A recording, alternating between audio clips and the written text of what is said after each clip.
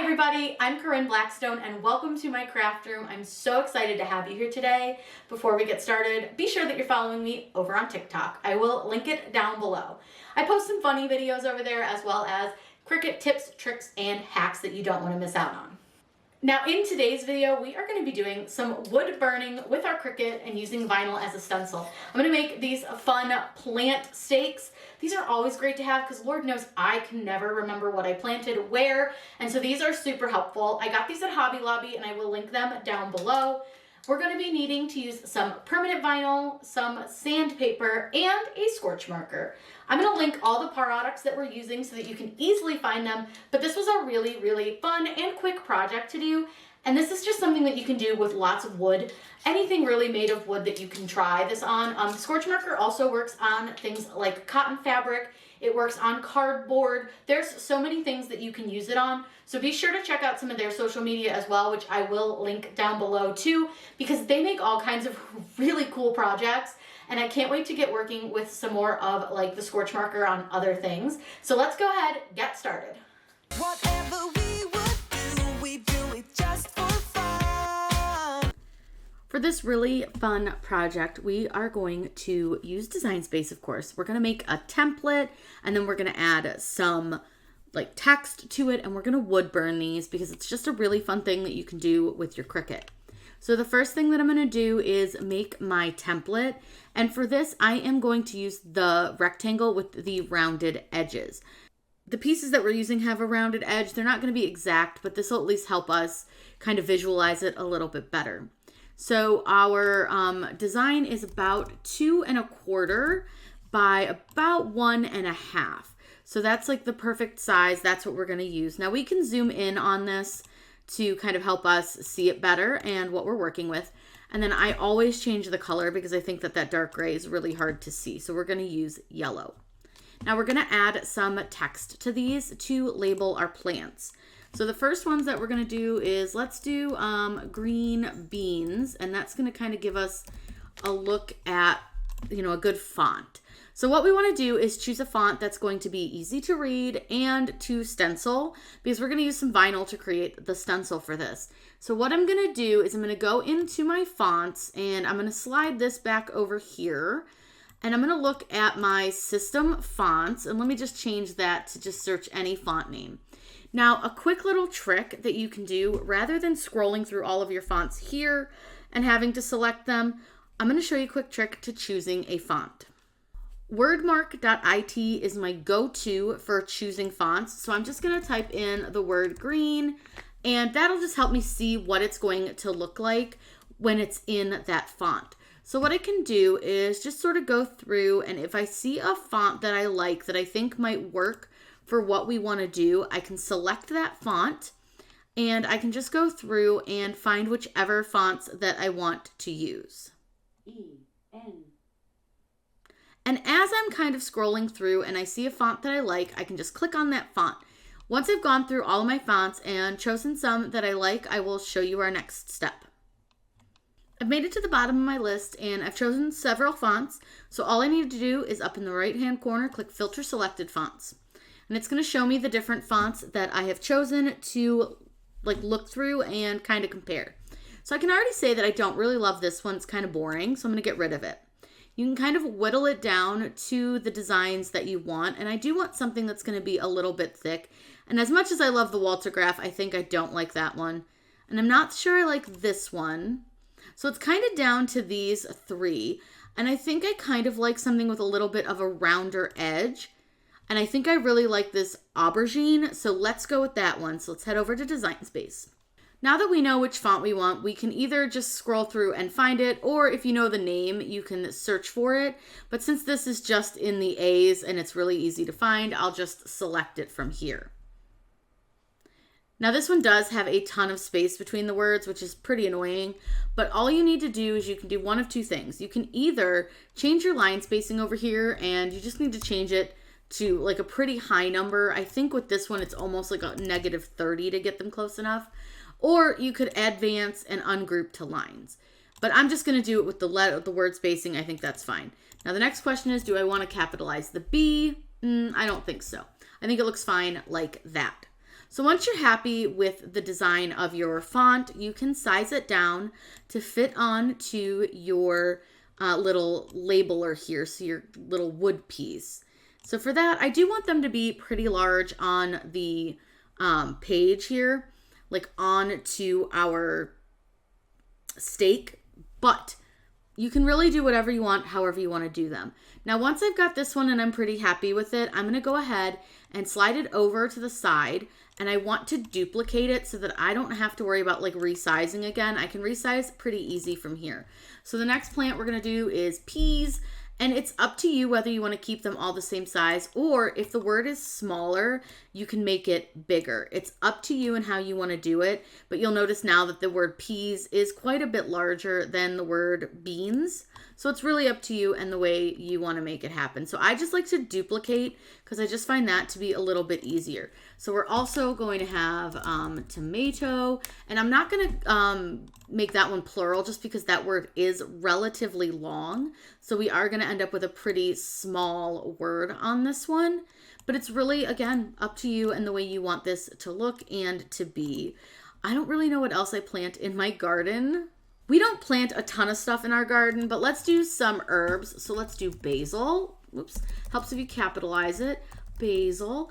And you can really, like I said, use these for whatever you want. You can put funny sayings on them.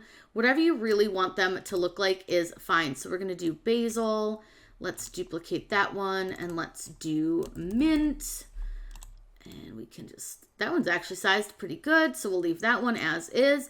And like I said, you can make as many of these as you want to. It's really up to you and how you want it to look and what words you want to use and what you're planting. You can even use these to like label food. These are food safe. These are from Hobby Lobby. So I think that's a pretty good amount of the items that we're going to do. Now what I'm going to do is, because I don't need this anymore, I can either delete it or just hide it with the little eyeball. But to make my life easier, because we're making stencils, what I'm going to do is I'm going to open up another shape, and I'm just going to use a rectangle again. It doesn't matter. You can use that same one, but I wanted it to be a little bit bigger than the original rectangle we had. Now you could have used the original. It's really up to you. But what I like to do is I'm going to send this to the back, and you can take and you want to attach your words to these because it's going to make weeding a lot easier. Now you can make them as big or as small as you want. It's really up to you. I tend to like to make them a little bit bigger than the piece that I'm using. So I'm going to duplicate this because I'm going to need a couple of these little rectangles because I'm going to attach the words to them. So now I've got this ready to go, and all I want to do is select the word and the box, and I try to make sure the word's kind of in the middle, and I'm just going to attach it. Now what that's going to do is it's going to create a perfect little stencil that we can just use without having to cut around it or anything. We can just weed it right away. So I'm going to go ahead and do that for each of our designs here, so each of our words. So now you'll see I'm going to take the tomato, I'm going to do the same thing, I'm going to attach. So let me go ahead and get these all attached here, and then I'll show you why this is such a helpful little thing that you can do.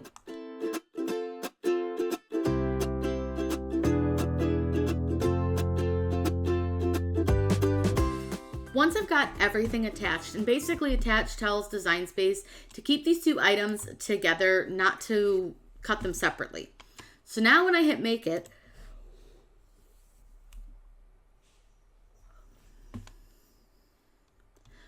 what you'll see is we have these perfectly laid out little squares that are going to be perfect for our stencils. All we need to do is to weed out the extra vinyl around the big squares and then weed out the letters. A lot of times when doing stencils, it can be a little bit confusing to know which part you need to weed and which part you need to keep. So this just makes it really easy to tell exactly which one you need to weed out and what part you keep. Now we're going to cut this with StarCraft HD. HD works great as a stencil. You can use SD as well. You can really use any kind of vinyl that you want to, but using permanent vinyl isn't going to damage these at all, and it's really easy to use. So let's go ahead, get these cut out and weeded, and then I'm going to show you how to wood burn. These plant stakes are made out of bamboo, which means they're not super smooth. You'll definitely want to check that before you decide which wood you're gonna use and whether you need to sand it or not. So I'm gonna use some 240 grit sandpaper and I'm gonna sand these really nice and smooth. That way the liquid that we're gonna be using for our burning doesn't go through and cause some bleeding. And I'll show you kind of what happens if you don't sand it, because I wanted to do one just as a tester. And do you see how messy that is? That's because I didn't sand it. So we know that we need to sand these. I always test before I make them. That way I can give you guys the best details. Now with sandpaper, I hate working with a big piece like this. So I like to just rip off like a small section. You could cut it, but I prefer to just rip it. And then all you want to do is just get this nice and smooth. And you don't have to sand the whole steak. You don't have to sand the back unless you're going to do both sides. I'm only going to sand the side that I'm going to do. And for this, I want to sand against the grain. So I don't want to go up and down. I want to go this way. And it is going to create some dust. And then you just kind of want to check it with your hand and just see. And you can use like your nail and see if it still feels really gritty. And if it does, like you can still catch your nail on a lot of stuff, just give it a little bit more of a sand. I find that bamboo sands pretty well, so it should be a pretty quick process to get these nice and smooth. So I'm gonna go ahead and sand all of these. And then when we come back, we're gonna be able to apply our decals that we cut out and do our wood burning. Now that I got them all sanded, I just want to go over it one time real quick with just a little 400 grit. This is just a very fine sandpaper, and it's just going to really make sure that it's nice and smooth. So we're just going to do like a quick, you don't have to go crazy with this, just a few swipes will do.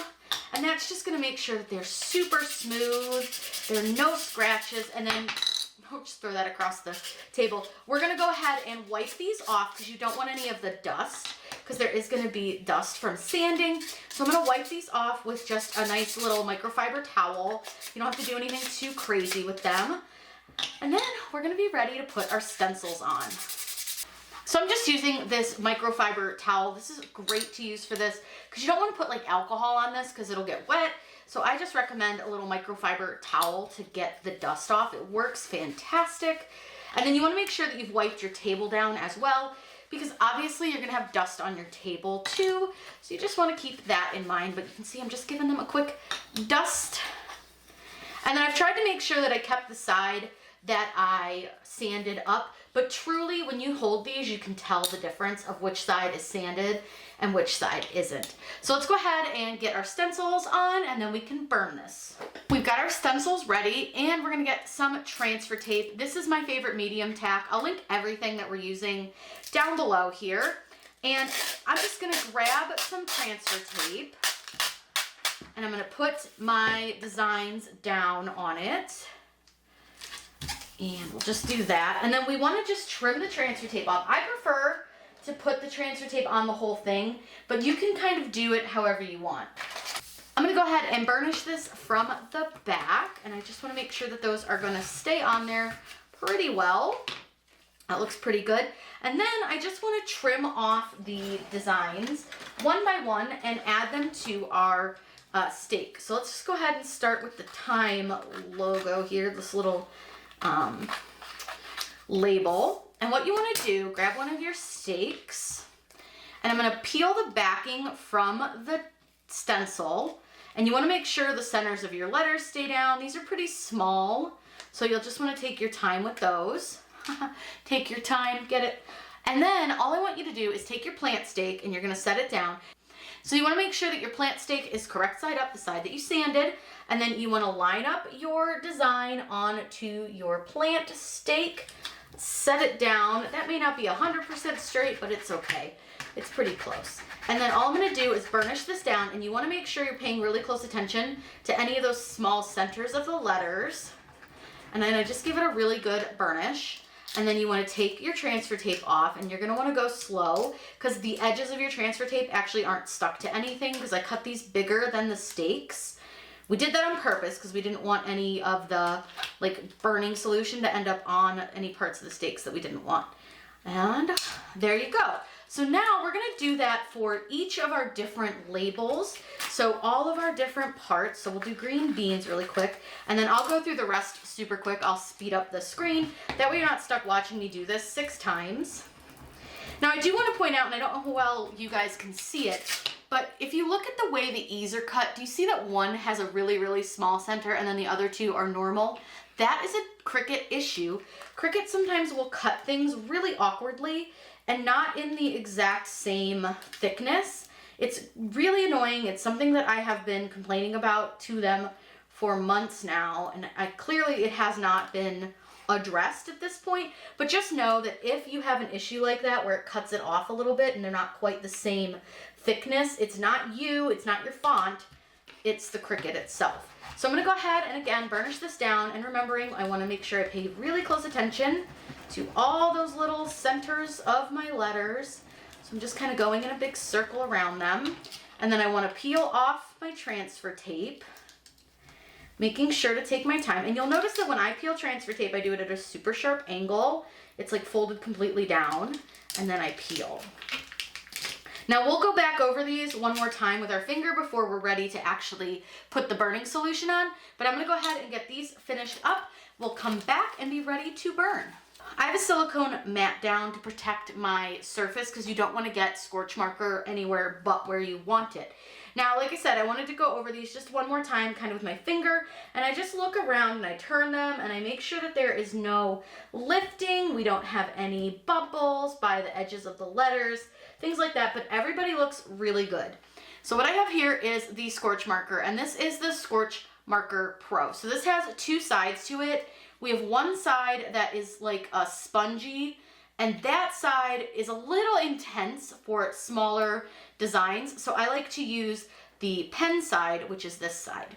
So the first thing that you want to do is prime it and make sure that you're getting a little bit of solution out of it. If you haven't used it in a couple days, it does tend to dry up a little. So you just sort of press it down onto your surface and it will bring out some of the burn solution. Now when doing this, you don't want a lot of solution on it. Less is more.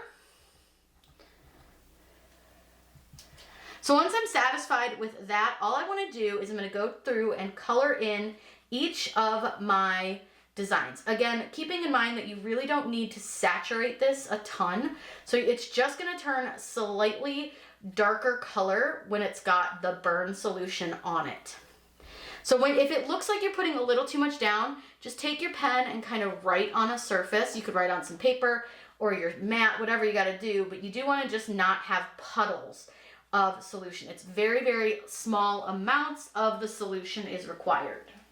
I like to have a little paper towel handy because you can just kind of write on it a little bit and it will reduce how much solution comes out of your pen.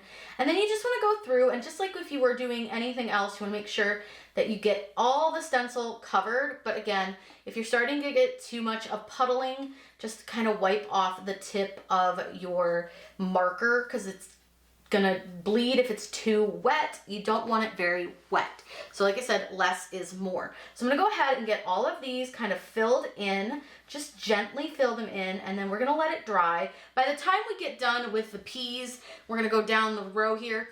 The basil will be dry, the green beans, so we'll be able to peel off as soon as we finish kind of coloring everything in.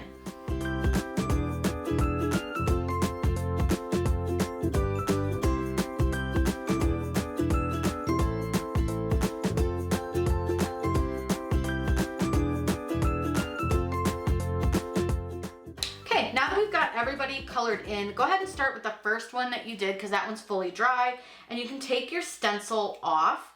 Now if you're concerned at all about like maybe any of the edges not being dry, you can take that paper towel and just dab it onto your stencil, and that'll pull off any of the liquid that maybe got onto your vinyl. I don't seem to tend to have a lot of problems with that, so you know, it's up to you. I seem to have it dry pretty quickly, but it just depends. Now, I will say I do see a little bit of what I think is going to be some bleeding on this one, on those first 2 letters that I did, because I was doing the liquid and it was a little heavier than I think I would have preferred it, but it's okay.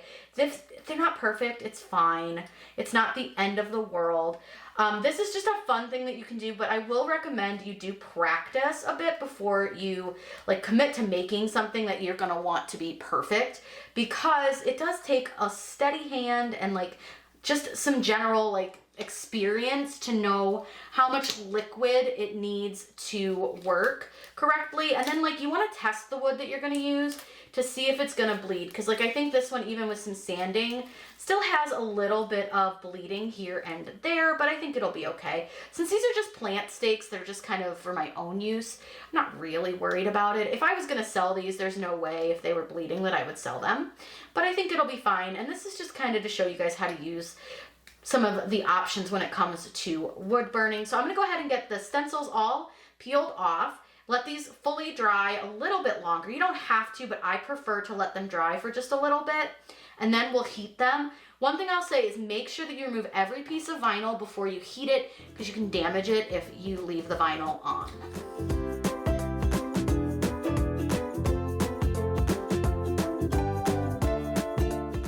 This is where you're going to want a heat gun. A hairdryer does not work. You need something that gets hotter, and I just love this Black & Decker one. I will link it down below. Now I am going to keep my silicone mat down here just for a little bit of protection, but I do prefer to pick these up to heat them. Now one thing I want you to note is you want to turn it on and let it warm up before you actually start blowing onto the wood. This is pretty loud, so I will probably just put music over this, but I'm going to see if I can hopefully get it so you guys can see it turning colors.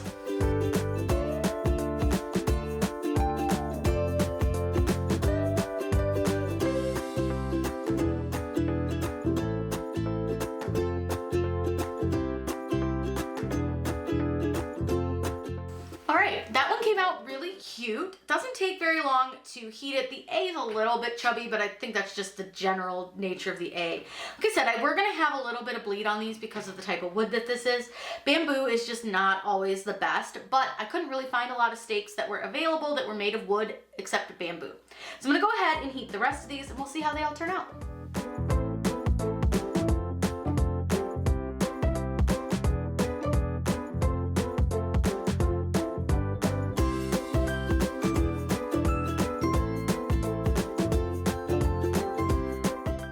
They are all finished. So like I said, I knew we'd have a little bit of bleeding just based on the fact that we used some bamboo, which is not the smoothest wood, but I really did have a tough time finding anything that was available that wasn't bamboo. They still look pretty good, but just note that when making anything with wood burning, especially using something like the Scorch marker, the smoother the wood, the better. Now again, I'll show you the difference between the one that I didn't sand versus the one that I sanded. So there's a huge difference between these two. So the sanding definitely made it way, way nicer, way better. It was for sure worth it in the long run to get them sanded, but they're never going to be 100% perfect, but I think they look really good. Wood burning is a really fun, entertaining, cool way to use your Cricut and make some fun stencils. Now again, remember you want to be safe when doing this, so do this in a well-ventilated area. You also want to make sure that you are protecting your surfaces from not only the burning solution but also the heat, which is why I have the silicone mat down. And then you just want to make sure that you are very aware of what your surroundings are. You don't want anything flammable nearby. I think this is really fun. I hope you guys picked up some tips and tricks when doing this. If you have any questions, by all means, leave those in the comments down below. I hope you all have a wonderful day, and as always, happy crafting!